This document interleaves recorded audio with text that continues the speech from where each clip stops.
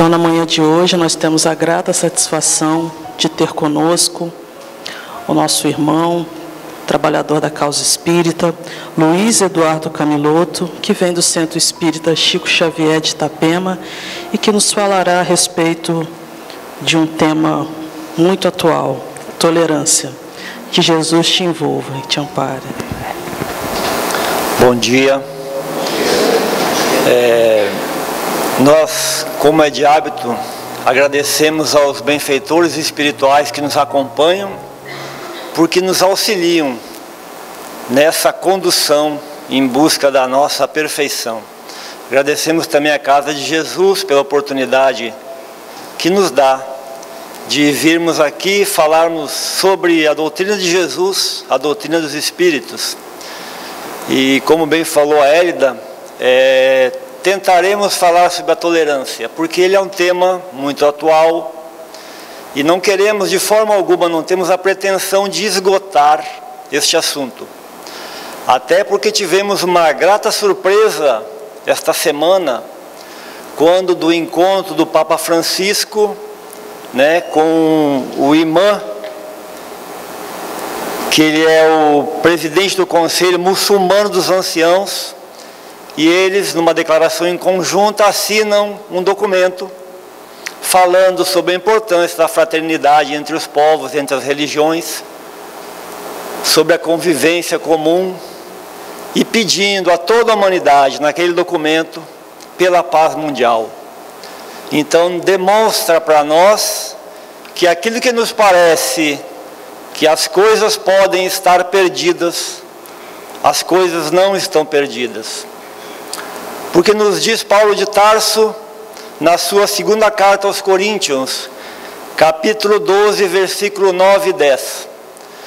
Escrevendo Paulo de Tarso, com todo o seu conhecimento, com todas as suas lutas, dizendo ele que alguém havia dito para ele que tivera um encontro com Deus, e que Deus então dizia a essa pessoa: a minha graça te basta, porque o meu poder se aperfeiçoa na fraqueza. Quando estou fraco, então sou forte. E é isso mesmo, porque nós percebemos que nas nossas dificuldades, quando parece que o mundo vai cair sobre as nossas cabeças e não temos a solução adequada para resolver aquele problema, quando nós nos conectamos, quando nós internalizamos a nossa razão, os nossos sentimentos, nos colocando à disposição dos benfeitores espirituais, na busca dessa comunhão com Deus, as soluções aparecem. Temos a impressão que os problemas diminuem e nós conseguimos então resolvê-los, se não de uma forma adequada, mas pelo menos damos um bom encaminhamento a essas dificuldades que nós temos na vida. Porque essa comunhão com Deus, com os bons espíritos, facilitam a abertura da nossa mente. Mas isso de nos fortalecermos na fraqueza em comunhão com Deus é uma opção nossa. Faz parte do nosso livre-arbítrio. Podemos ou não buscar esse fortalecimento, essa comunhão, a nossa prece sincera com o alto. E essa questão está colocada por Allan Kardec em O Livro dos Espíritos, na questão 843, quando ele pergunta aos benfeitores se tem o homem o livre-arbítrio de seus atos, das suas decisões. E eles nos respondem então dizendo que sim, que assim como o homem tem a liberdade de pensar, tem a liberdade de obrar, de agir. Porque sem a livre-arbítrio seria o homem uma máquina, seríamos um computador, se não tivéssemos essa capacidade de decidir, de discernir entre aquilo que queremos ou não fazer, entre o bem e o mal. Seríamos um computador que iria executar somente aqueles programas que estão instalados nele. Não pensaríamos não desenvolveríamos a nossa inteligência.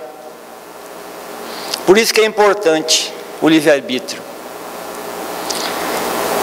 E no livro Cartas e Crônicas, ditado pelo Espírito Irmão X para Chico Xavier, na lição A Petição de Jesus, eu vou contar aqui uma narrativa, logicamente que dentro das minhas possibilidades. Então diz o Espírito Irmão X, que certa manhã Jesus chama Simão Pedro e lhe diz: Simão, vá à casa de Jeremias o curtidor. A filha dele, Sara, está adoentada, está com a cabeça perturbada e o corpo abatido. Ora ao lado de Sara, e o pai, a quem recorremos em nossas necessidades, auxiliará a doente pelas tuas mãos. Quem de nós não gostaria de receber um convite de Jesus como esse? Ainda mais que Jesus já estava dando o resultado final daquele trabalho. Ora com sinceridade, Simão, que Deus, nosso Pai, te fará instrumento deste bem que tu irá causar àquela menina e àquela família. Então Simão Pedro, alegre, saltitante, saiu pelas estradas na direção da casa de Jeremias o curtidor.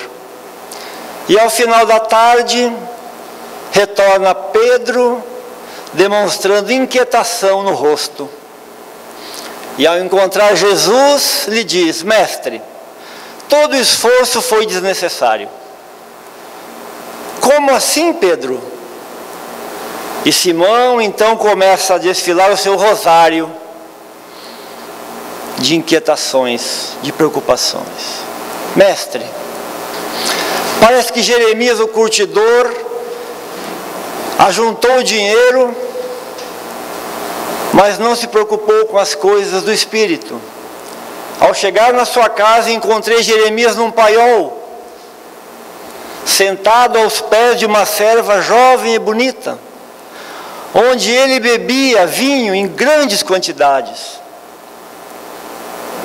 E a serva aos seus pés completamente embriagada.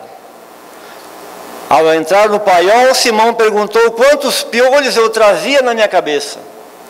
E depois de explicar o motivo que me fazia presente na sua casa, ele disse que eu procurasse o seu filho primogênito, de nome Zoar. Saí à procura de Zoar. Encontrei Zoar na sala da casa, jogando dados com um conhecido traficante, onde perdia largas somas em dinheiro.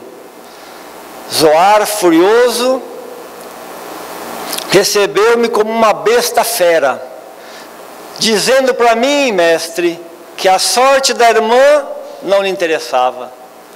Me expulsou da sala aos coices. Fugi dali e me deparei com a dona da casa. Ela trazia uma menina esquelética pelo braço.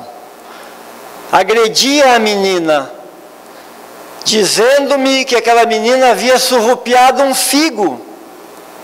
E a menina, chorando, gritava que o figo havia sido comido por galos de estimação.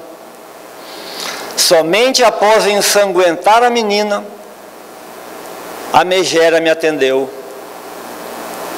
indicando um quarto onde poderia encontrar Sara. Só que a velha sovina, transtornada, indicou o aposento errado. E eu abri a porta e encontrei Josué, o filho mais moço de Simão, o curtidor. Josué metia a mão num cofre cheio de joias, pensando que eu era alguém contratado pela família para lhe espionar os passos, tentou me esmurrar. E expliquei a Josué que estava em missão de socorro. E Josué então me levou até o quarto da irmã enferma.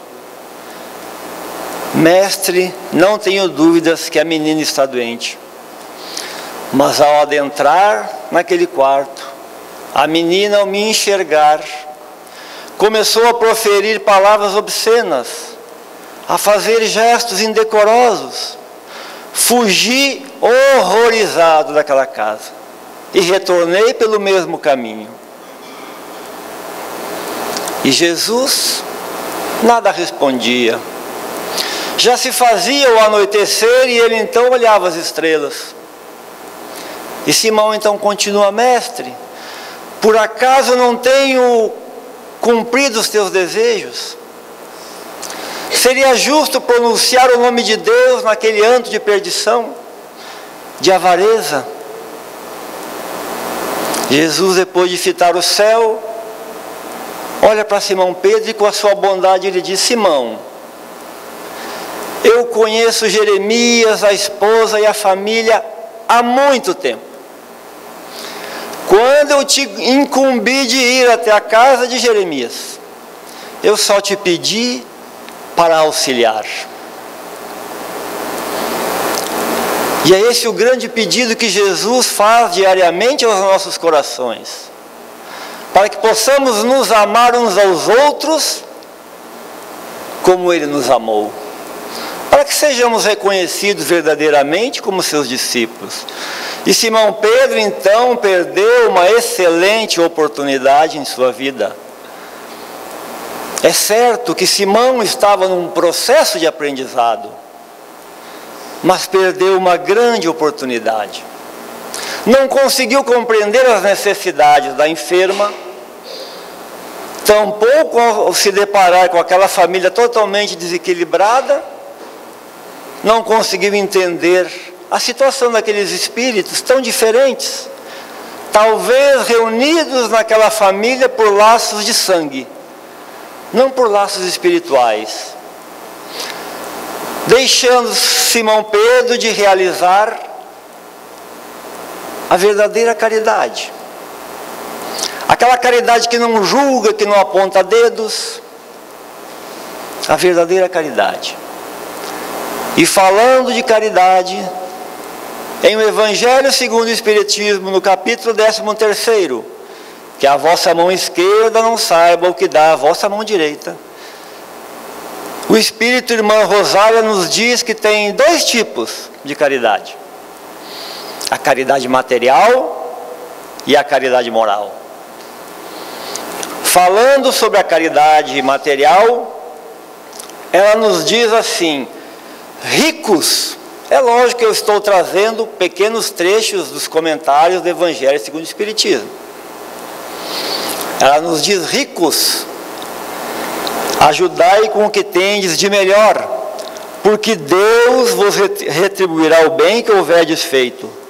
Amai o vosso próximo como a vós mesmos, porque esse infeliz que repelis talvez seja um irmão, um pai, um amigo que afastai de perto de vós. Irmã Rosália em nenhum momento fala pobres, miseráveis, aqueles que passam por dificuldades materiais. Ela já faz um alerta, dizendo logicamente que aqueles que mais possuem coisas materiais estão em melhores condições, em teoria, de oferecer coisas materiais. Porque vamos relembrar que na questão 815 do Livro dos Espíritos, quando Allan Kardec pergunta qual das duas provas é a mais difícil, a mais terrível para o ser humano, se a da miséria ou a da riqueza, eles nos dizem que são as duas, que a da miséria incita as pessoas contra a providência divina, e que a da riqueza incita as pessoas ao cometimento de todos os excessos. Mas na questão 925, eles dizem para Allan Kardec que a prova da riqueza é a prova mais difícil para o ser humano. E aqui podemos concluir, aqueles que assim o desejarem,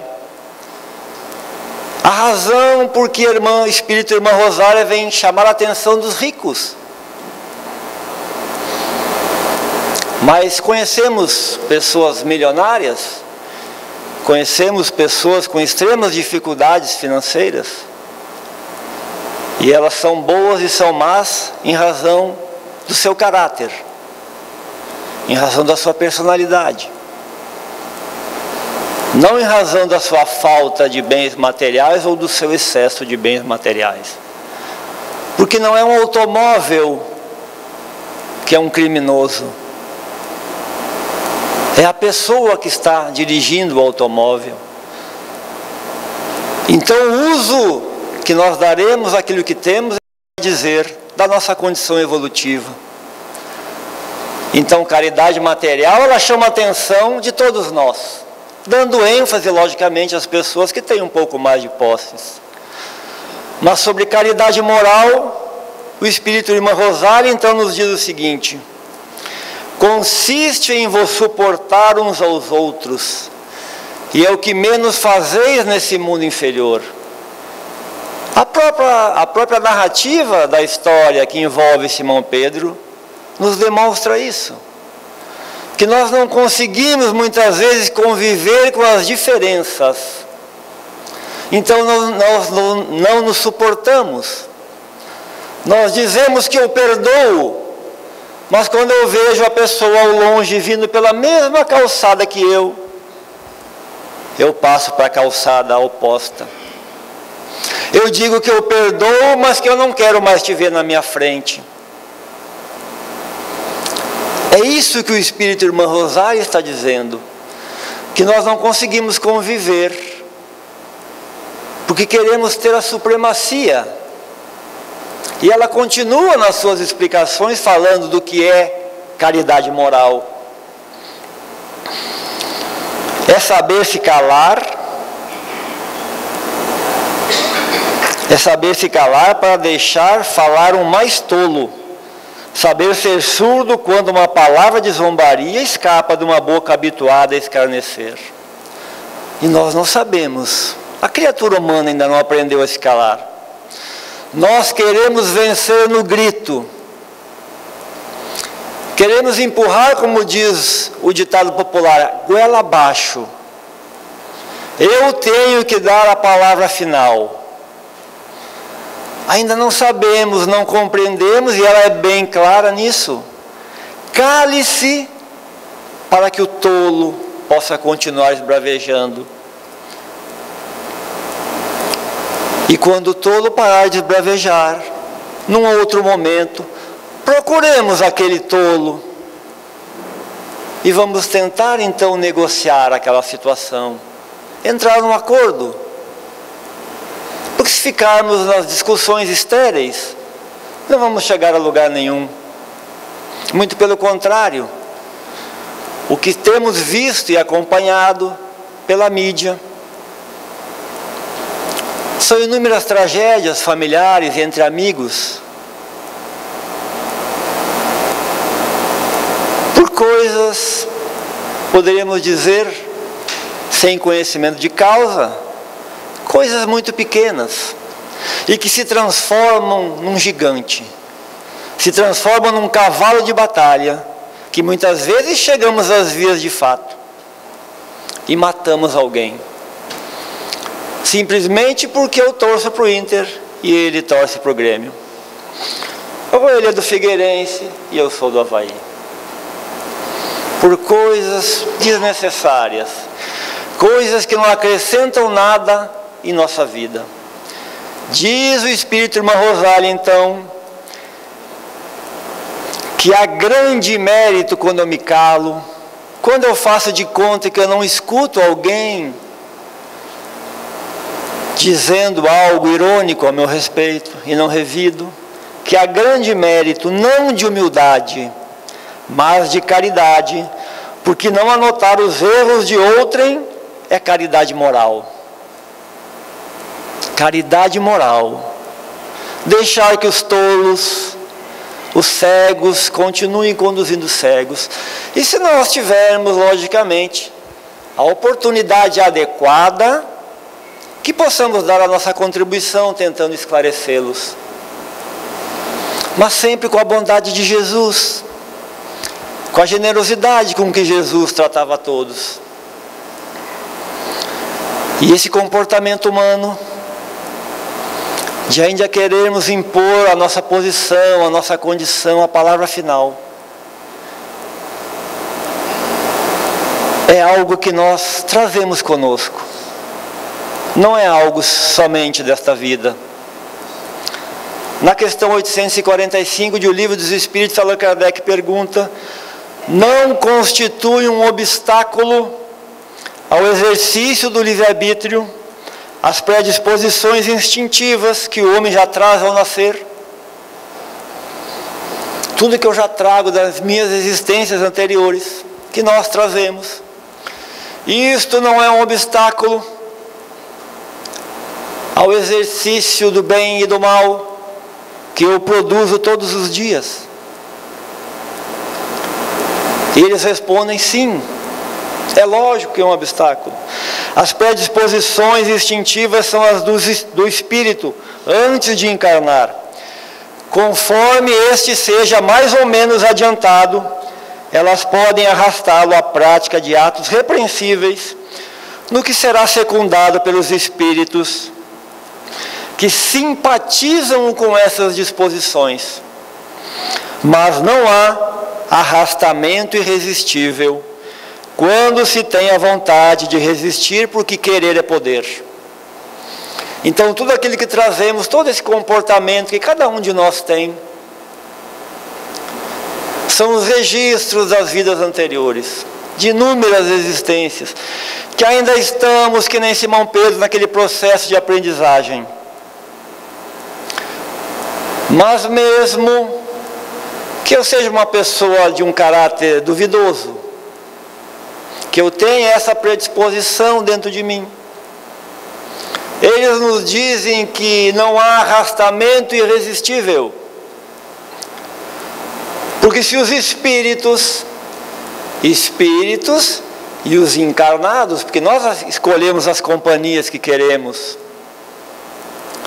mas se os espíritos influenciam em nossa vida, conforme está colocado na questão 459 de Livro dos Espíritos, muito mais do que nós imaginamos.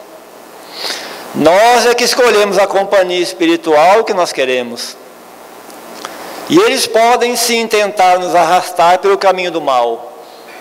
Mas se não há arrastamento irresistível, porque querer é poder, como nós poderemos fazer para que não sejamos arrastados por esse mar de lama que acomete a criatura humana encarnada aqui na Terra?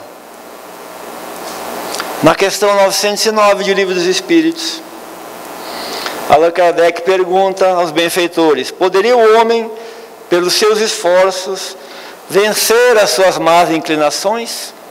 Sim, poderia. As respostas são muito claras, são muito simples, fáceis do nosso entendimento, fazendo esforços insignificantes. O que nos falta, dizem eles, é a vontade. Poucos de nós fazemos vontade. Pouco de nós fazemos os esforços insignificantes necessários para que não nos permitamos esse arrastamento para o mal. É lógico que não podemos esquecer dessas predisposições instintivas que nós já trazemos conosco. Mas se tivermos a vontade, porque o ditado popular diz que querer é poder. Toda vez que temos vontade de fazer algo, nós vamos fazer este algo. Toda vez que fazemos um planejamento adequado e colocamos todos os nossos esforços, toda a nossa boa vontade, e eu não quero aqui dizer que todos os planejamentos irão dar certo, porque isso envolve inúmeros fatores. Mas quando a nossa conexão é com Deus, e temos a boa vontade no nosso coração de sair pulando pelas ruas que nem Simão Pedro saiu alegre, teremos sim as boas condições de auxiliar.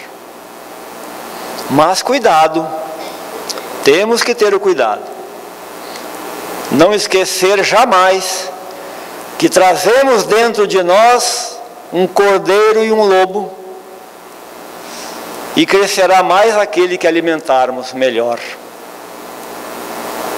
Então temos que ter cuidado, porque se eu tenho algum vício, se eu sou orgulhoso, por exemplo, e eu acordar no domingo pela manhã, na segunda-feira, achando que eu não sou mais orgulhoso, aí é que eu vou cair. Aí a minha queda será muito maior. É por isso que Jesus nos ensina a vigiar e orai. Vigiai.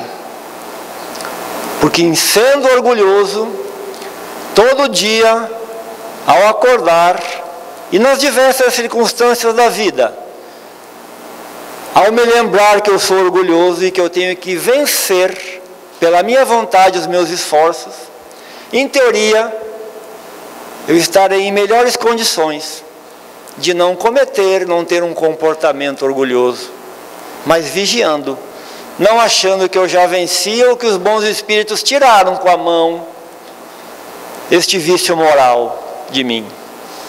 Eles nos auxiliam, mas não fazem o nosso trabalho.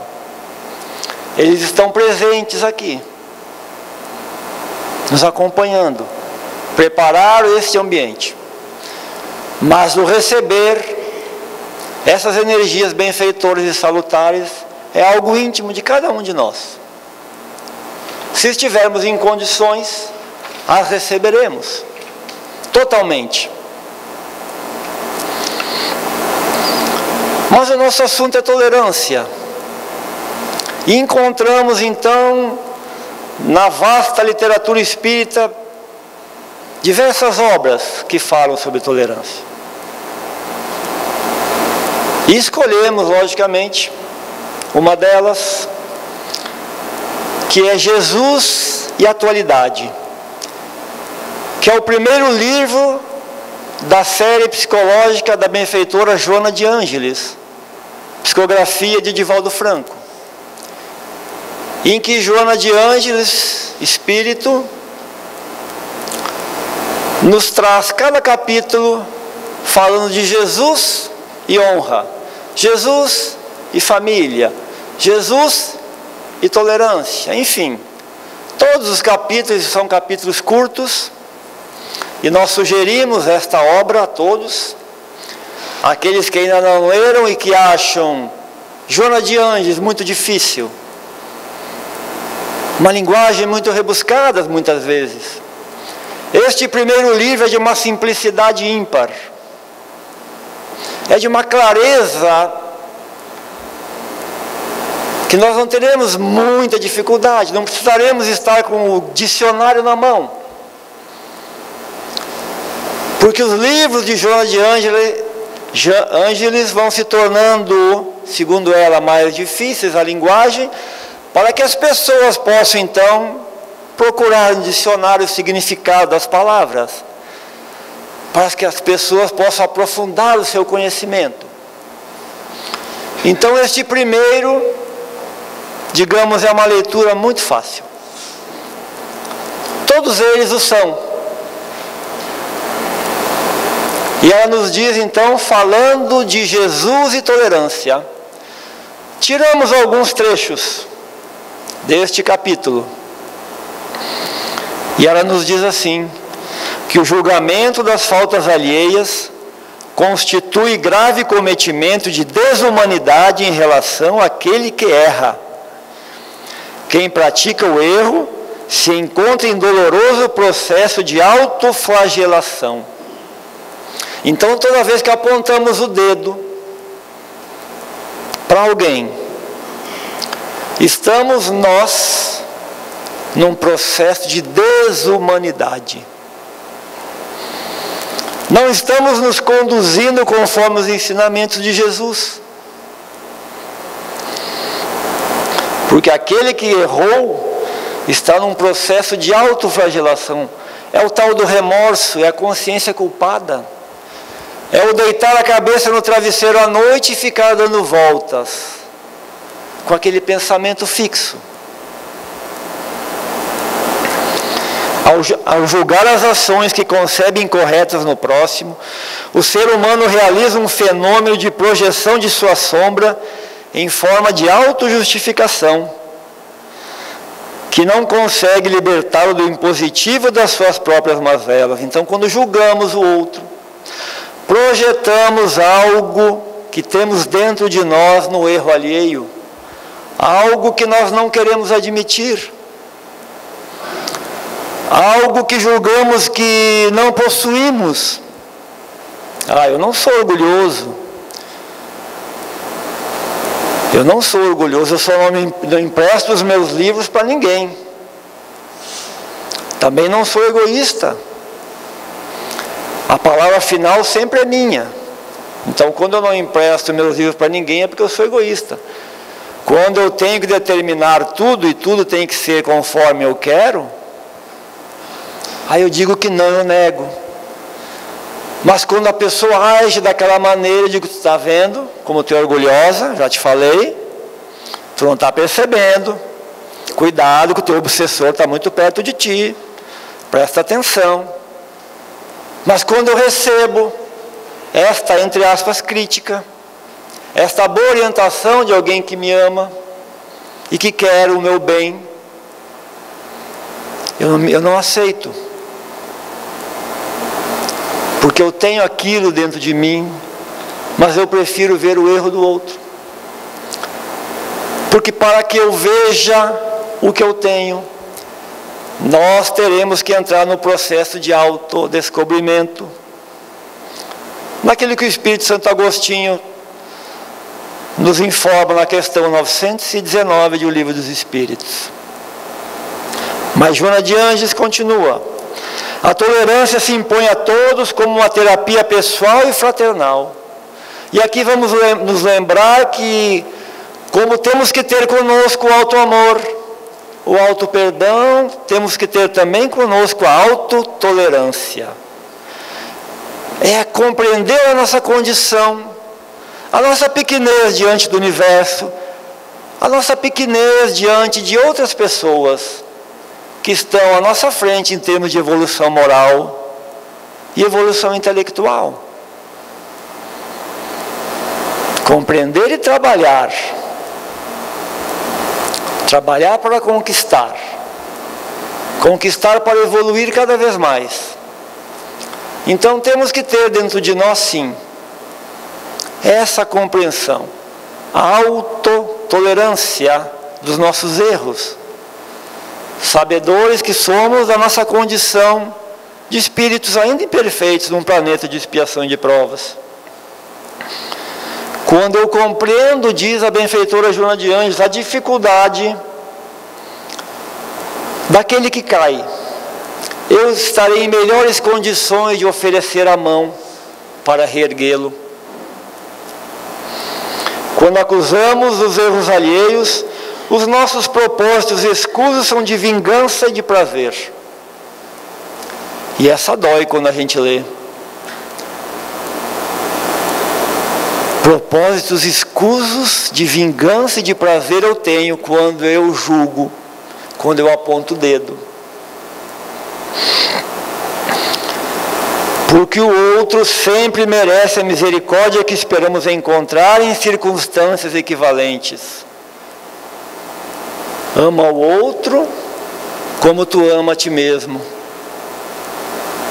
Porque se tu não conseguir amar ao teu irmão, por uma razão qualquer, quando for tu caído, há uma grande chance de tu receber o mesmo tratamento que tu está dando para aquele teu irmão. Isso é o ensinamento de Jesus. Tem compaixão de quem cai. A consciência dele já é o juiz dele. Ajuda aquele que tomba.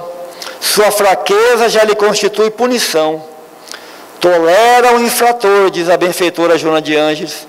Ele no futuro caso não disponha de força para prosseguir no bem. A tolerância que utilizares com os infelizes se transformará na medida emocional de compaixão que receberás quando chegar a tua vez. Vejam só, todo o ensinamento dela segue o exemplo e as palavras de Jesus, para que nós tenhamos então essa compreensão de que espíritos que somos e estamos encarnados, utilizando esse corpo físico como um instrumento ao nosso progresso, em condições evolutivas tão diferentes, e que se alguém, entre aspas, que pode menos que eu, a minha obrigação moral não é julgá-lo. Assim como fez Jesus na praça pública: mulher, onde estão os teus acusadores? Porque eu também não te condeno, então vai, minha filha, vai viver a tua vida. Continua vivendo e não tornes a pecar, para que o mal, na próxima vez, não seja maior.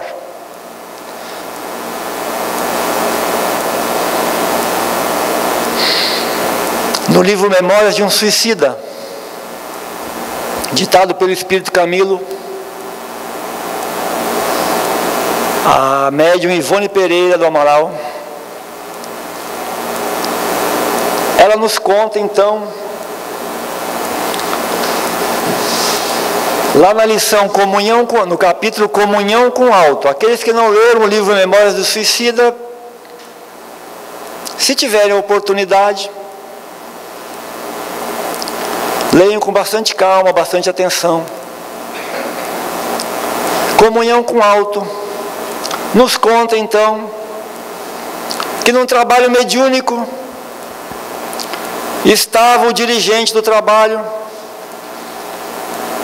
após fazer a sua prece. Então, após a prece e o início dos trabalhos, se manifesta um espírito em alto grau de desequilíbrio.